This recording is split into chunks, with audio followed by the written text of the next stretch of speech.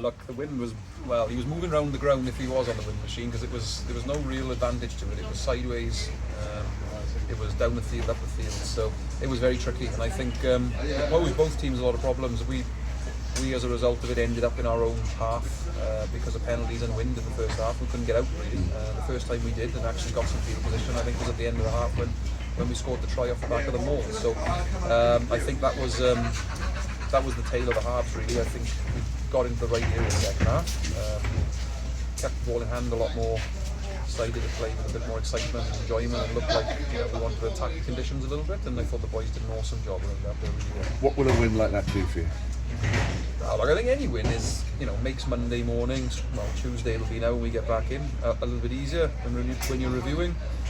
But I think our performances this year in big parts in lots of games, probably the Glasgow game's the one game we probably were well beaten, in most aspects, but all the other games, we've either been in control of or leading at sort of 58 to 60 minutes. So what we failed to do is nail the last 20 minutes. So that's what I was really pleased about today, was how we finished really strong. Boys actioned the half-time message really well. I thought the bench came on that we introduced, did a good job, and yeah, it was nice to see us, being composed in the last 20 minutes, because we're going to need that over the course of the season. Things are going to be tight. They always are, and they always will. And a full house of points makes a big difference. Yeah, it does. I think the full house is a real bonus, pardon the pun, but for me it was a moral performance in the second half. I was looking to show more around what we were about as a team rather than the scoreboard. The scoreboard was irrelevant a little bit. I felt like if we get our game right, we've got a good chance in these conditions of being in the right end of the field. And we know when we get to the right end of the field, we're a strong outfit. So that's what I was pleased about. We stayed focused on the job rather than the outcome.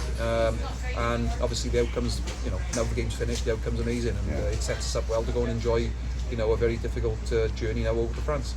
Yeah. That second yellow card was a little bit fortuitous.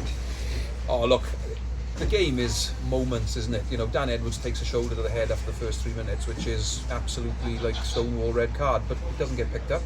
There's little bits and pieces there everywhere on the field, so you just can't control those things as a player on the field often, and definitely as a coach. So just focus on what we can control, and I thought the pressure that we applied and the pictures we were giving the referee, put the pressure on him to make a decision around discipline. And, from our perspective, the cards are a huge factor, as you said, around the second yellow card, and we weren't able to implement our game, and it was the same for Connacht in the second. But I was thinking Gareth coming on as well. Yeah, well, look, scrummaging is a very technical thing, which I won't embarrass myself about trying to be, knowledgeable about. But I've got Duncan working with the boys there. The boys love the scrum. They love the work they do. They put a huge emphasis on it. We know it's a big part of our DNA as a team, and for whatever reason, the officials weren't seeing it that way. And what I thought was good was, yes, we made a tactical change there around the substitution.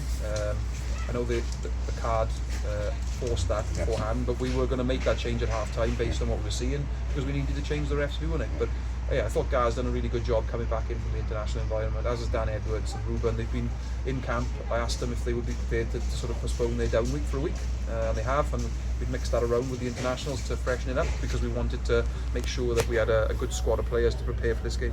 Did they get a week off next week? Yeah, so we'll make some rotation around the squad next week, around the international boys, giving them some time off, because it's the right thing to do with a long season coming. But it's still with the intent that we'll have a good strong squad to go over to Montauban and get in to compete over there. Did you see it coming at 21 down? I didn't see us going 21-0 down coming, I'll be honest with you. That's what I didn't see coming. But I did see the game winnable at half time if we were able to action some of the stuff. I felt that little window, I think that last window at the end of the half when we scored that try, when I saw how excited we got when we got in there and how accurate we were, the half-time talk was about how do we get more of that. And I thought the boys did a great job around the things we targeted. The coaches did a good job at half-time with being clear around defence and around set piece, and then obviously the big picture stuff of how we wanted to approach the half. And I thought the players did an awesome job executing. It's like the spirit of them, everything that's being flung at them at the minute, and they're just a tight group. Yeah, you can't question the spirit of the Ospreys ever. I don't think no matter whoever's coached them, whoever's played for them, the spirit of the group has always been very strong. And I think since my time at the Ospreys as an assistant, when Toby was here, and obviously with myself as a head coach now, we know that the spirit's it's the most crucial cog in any organisation, and there's a great spirit throughout the whole of the team. Starting players, bench players, and non-selected players. The spirit's great, and I thought the non-playing group this week prepared us exceptionally well in training. The level of opposition they put in front of these boys to make sure they were, prepared well was class, and I think we needed it. If we hadn't had that level of preparation this week, I think we probably wouldn't have got the win. Spirit for 3 more tough group stages to hopefully get that home advantage. Yeah, look, I know everybody has a different view on Europe and how you approach it, but I loved Europe as a player and I've loved it as a coach. Some of the greatest memories that we've got as players and coaches are in Europe, and it's a competition that we take seriously. And it's a nice change from the week-to-week domestic competition. It's opportunity to go overseas to France. I know we travel a lot in our comp, but the French lifestyle is nice. The places you go, the cities you go to, and the towns, it's great, and they're true rugby environments, true rugby cultures, and Montauban's no different. They've got promoted last year. They're riding a high in the top 14. They're a very dangerous team, got some really talented players, and we're hoping to go out there and enjoy the experience. Actually, so Owen Watkin there with his boots, how's he progressing? Yeah, he's progressing really well.